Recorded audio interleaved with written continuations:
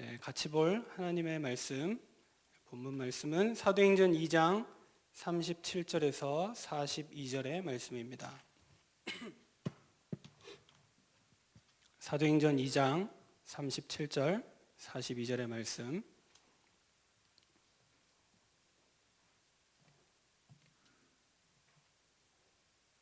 네, 41절과 42절만 같이 읽도록 하겠습니다. 사도행전 2장 41절, 42절의 말씀 같이 읽습니다. 그 말을 받은 사람들은 세례를 받음에 이날에 신도의 수가 3천이나 더하더라. 그들이 사도의 가르침을 받아 서로 교제하고 떡을 떼며 오로지 기도하기를 힘쓰니라. 아멘. 저와 여러분에게 오늘 응답의 밤이 되기를 주의 이름으로 축복합니다. 오늘 주시는 말씀 속에서 영적인 힘을 회복하는 축복의 날 되기를 바랍니다. 특별히 지금 교회 절기상 사순절입니다.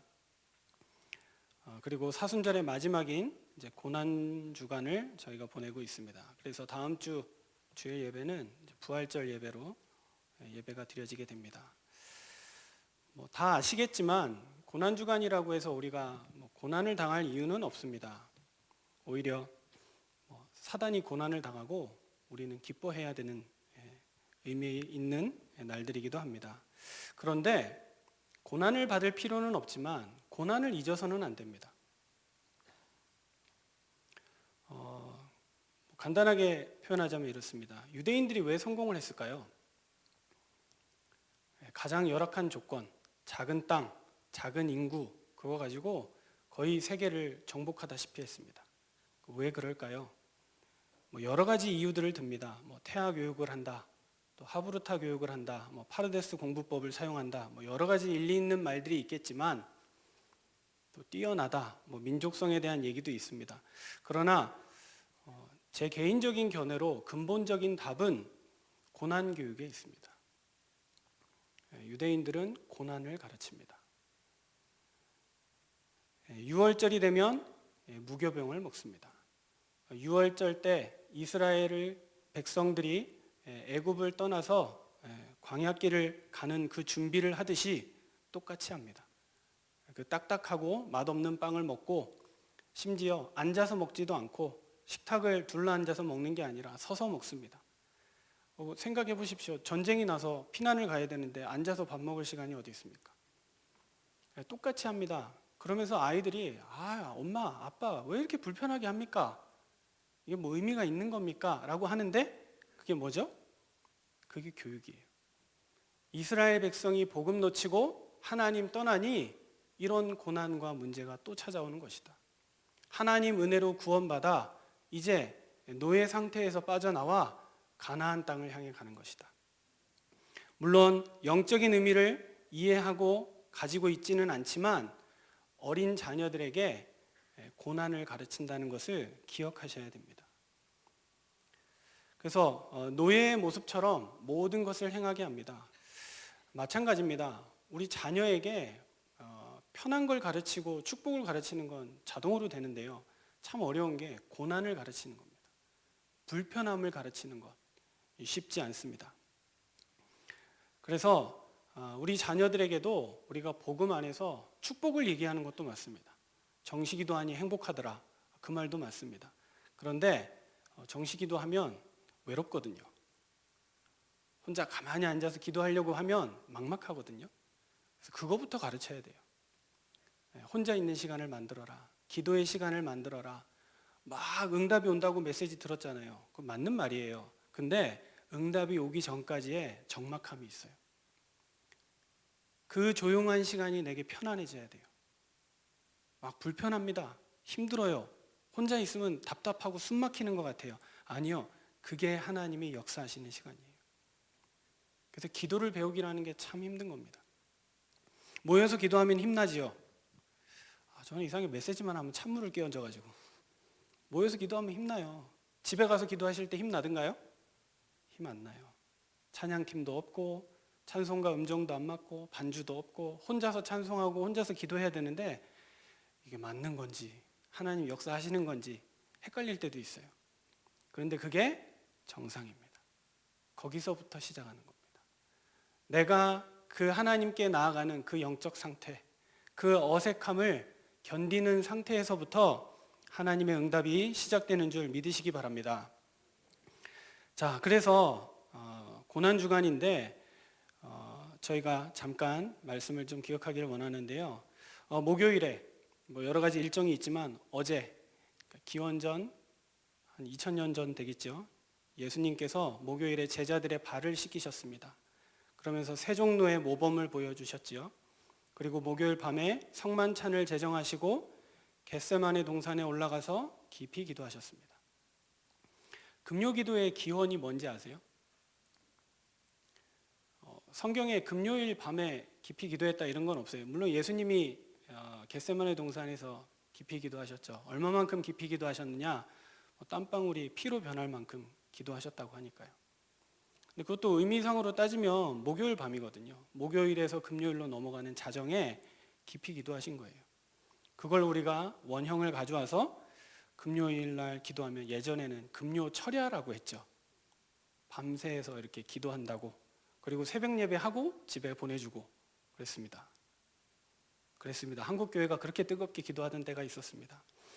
원래 한국 교회도 처음에 선교사들이 와서 복음 전하니까 금요 기도회가 없었죠. 근데 1960년경에 저 여의도에 있는 교회가 금요 기도회를 만들어 가지고 대히트를 쳤어요. 막 치유도 하고 또 사람들이 막 몰려들고 해가지고 어마어마한 역사가 일어나니까 대한민국의 온 교회들이 따라서 시작을 한 겁니다. 이렇게 예수님께서 기도하셨던 걸 가지고 기도했습니다. 그리고 기도했던 그 밤에 잡히셔서 날짜로 치면 오늘입니다. 금요일. 이 아침에 급하게 재판에 넘겨져 신문을 받고 빌라도가 이 사람에게선 죄를 찾지 못하겠다 했는데도 얼렁뚱땅 죄명을 받아서 금요일 오전 9시 골고다에서 십자가 형틀에 달리신 것입니다. 아시겠지만 십자가 형벌은 최대한 고통을 주면서 천천히 죽게 만드는 형벌입니다. 그 고통을 온몸으로 느끼라고. 가장 고통스러운 형벌인 것입니다. 빨리 죽이는 건 감사한 일이에요. 조금 아프고 죽는다. 그 감사한 일이에요. 근데 천천히 죽는 그 형틀에 빠져서 그리스도께서 십자가에 달리신 것입니다. 그리고 12시경에 하늘이 어두워졌고 오후 3시에 운명하셨습니다. 그리고 부활하신 것입니다. 간단하지만 이 의미를 우리가 기억해야 합니다. 예수님의 마지막 일주일을 마음속에 담고 기억하면서 누려야 될 것이 무엇입니까? 고난을 기억하고 그가 부활하셨다는 사실을 기억해야 하는 것입니다. 그래서 신자에게는 절망은 없습니다. 왜요? 목사님, 절망할 일이 생겼는데요? 절망은 없습니다. 왜냐? 하나님은 살아서 역사하시기 때문입니다. 그리스도는 지금도 살아서 보좌 우편에 앉아 우리를 다스리고 인도하시기 때문입니다. 성령은 우리 안에 내주하시고 인도하시며 역사하시기 때문입니다. 이 사실을 믿는다면 저와 여러분은 찬양할 수밖에 없고 낙심하는 현장 가운데서도 언약 붙잡고 기도할 수밖에 없는 것입니다. 이 응답을 누리는 저와 여러분 되길 바랍니다. 믿으십니까? 그리스도께서 부활하셨습니다. 문제를 가지고 오셨습니까? 문제 때문에 기도하지 마시고 부활하신 그리스도의 언약을 붙잡고 그 부활의 주님이 우리 가정의 생명으로 내 마음속에 생명으로 역사하여 주시옵소서. 기도하다가 힘을 얻는 저와 여러분 되기를 주의 이름으로 축복합니다. 누가 그랬습니다. 예수 그리스도에게서 부활을 빼면 남는 단어는 딱 하나밖에 없는데 뭐냐? 실패. 실패한 인생입니다. 부활 아니면 아무 의미 없습니다. 제자들 다 도망갔습니다. 어떻게 이런 인생이 있습니까? 3년을 먹고 같이 지냈는데요. 기적을 보여주고 다 했는데 다 도망갔습니다.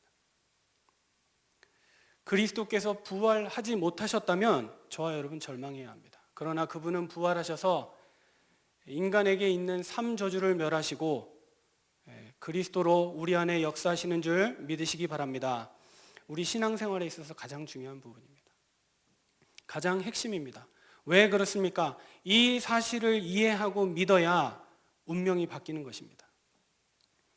이것을 못 찾아내고 다른 것에서 답을 얻으려고 하니 굉장히 손해를 보고 어려움을 당하고 힘든 것입니다.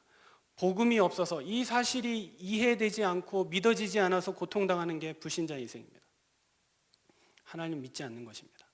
복음을 받았는데 이 사실을 깊이 누리지 못하니 힘든 게 신자들입니다. 못 누리게 되니까 입으로만 자꾸 얘기하게 되는 거 아닙니까? 내 속에 살아계신 그리스도, 부활하신 그리스도의 능력이 없기 때문에 속게 되는 것입니다. 만약에 복음을 받고 그리스도의 고난과 부활의 기쁨이 내 안에 넘쳐난다면 당연히 현장 가운데서 축복이 오게 돼 있습니다. 어떤 축복이냐? 전도자의 축복입니다. 부활의 주님을 전하는 것입니다. 절망 가운데 있는 사람들에게 생명을 전하는 것입니다. 그 가정에 부활하신 그리스도께서 주인 되셔서 모든 문제의 해결되심을 확인하는 증인으로 서게 되는 것입니다. 이 응답을 누리는 저와 여러분 되길 바랍니다. 아멘 안 하는 거 보니까 안 믿으십니다.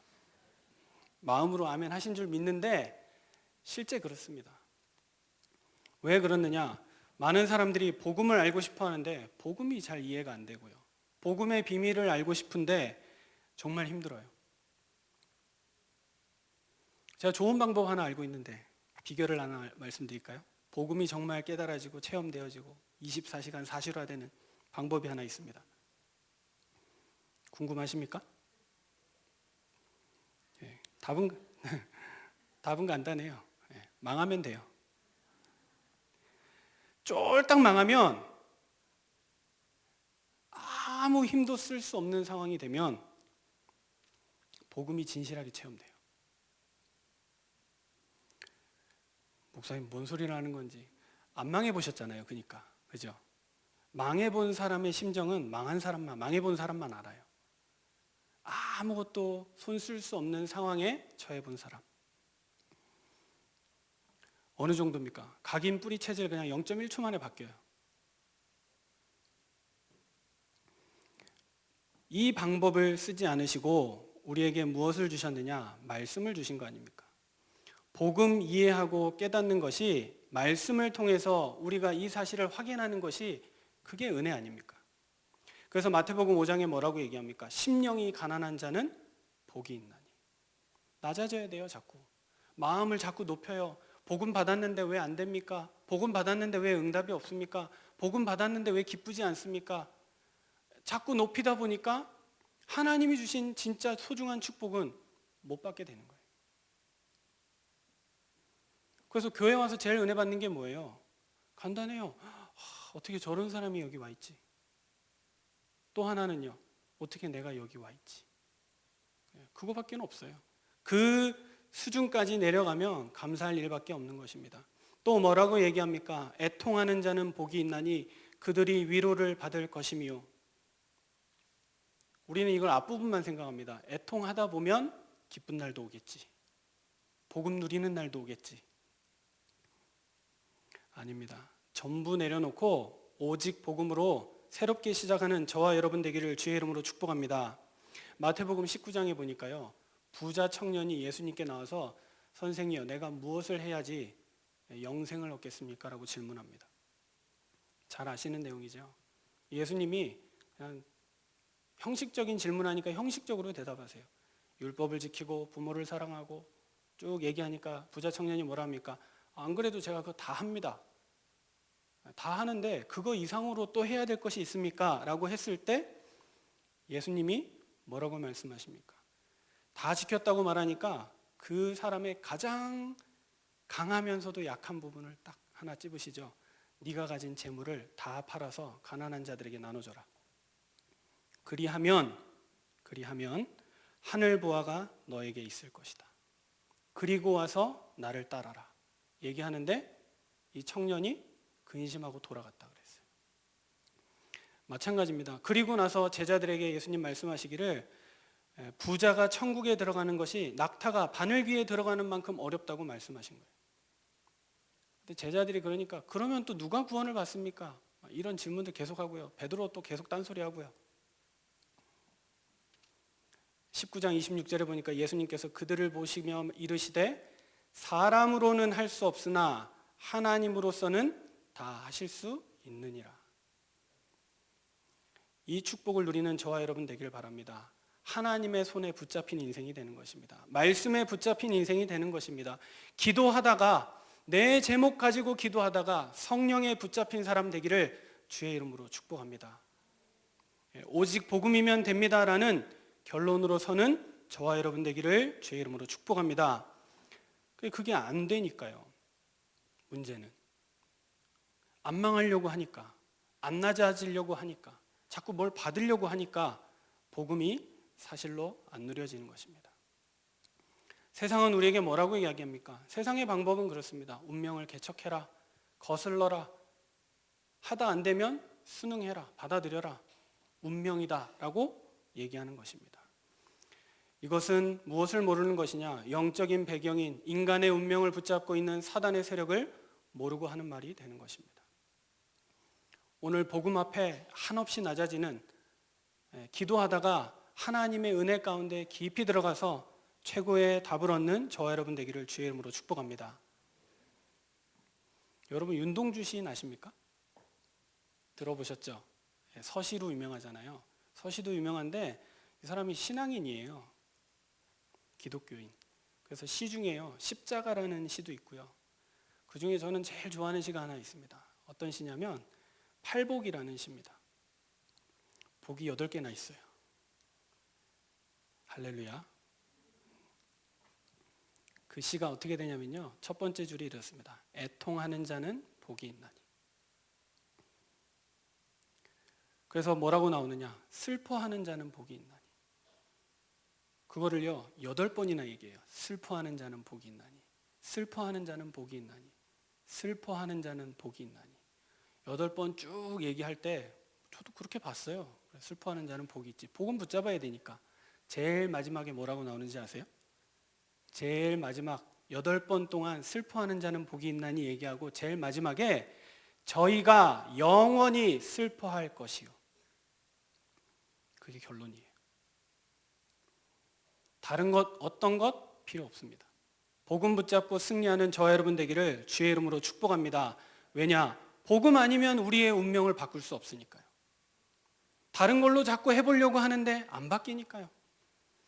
정말 하나님이 주시는 말씀의 능력, 그것을 누리는 말씀 운동 말고는 내 상황을 바꿀 수 있는 힘이 없어요. 근데 자꾸 힘쓰고 있잖아요. 자꾸 웃으려고 하잖아요. 기쁘려고 하잖아요.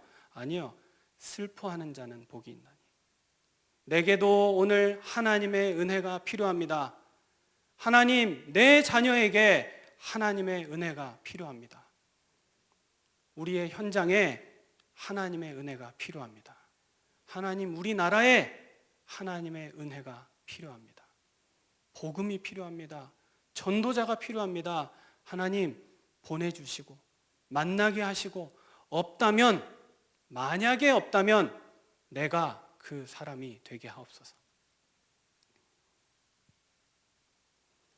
하나님이 주신 참된 힘 그리스도로 우리의 운명과 인생이 바뀌는 것입니다. 이 축복을 최고로 누리는 밤이 되기를 주의 이름으로 축복합니다. 그래서 우리는 어떤 면에서 운명은 끝났습니다. 하나님의 자녀는 이미 운명에서 해방받았습니다. 죄와 사망의 법에서 생명과 성령의 법으로 옮겨진 것입니다. 그래서 운명이라는 말을 쓰지 않고 무슨 말을 쓰느냐? 갱신이라고 합니다. 또 다른 말로 뭐라고 얘기하느냐? 각인 뿌리 체질이라고 얘기합니다. 우리의 싸움은 무엇입니까? 운명을 바꾸는 싸움은 이미 지나갔습니다. 왜요? 그리스도 안에 왔으니까요. 그리스도 안에서 이제 어떤 싸움을 싸워야 합니까? 무엇을 보느냐, 무엇을 붙잡느냐, 무엇을 가지고 가느냐, 그 싸움이 시작된 것입니다. 왜 사람들이 실패 가운데, 문제 가운데 빠질까요?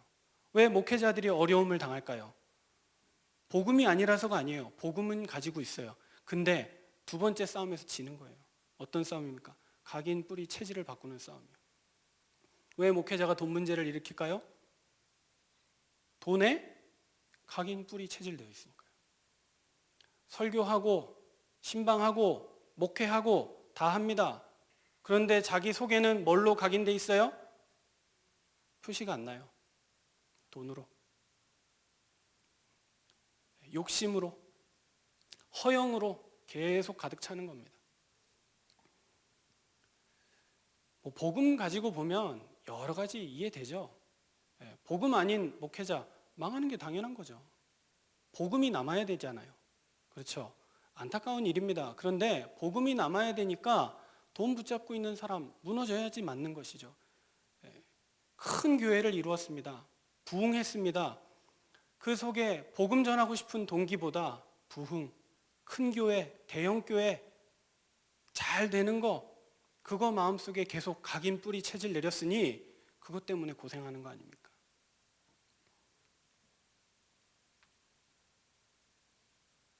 저와 여러분도 마찬가지입니다.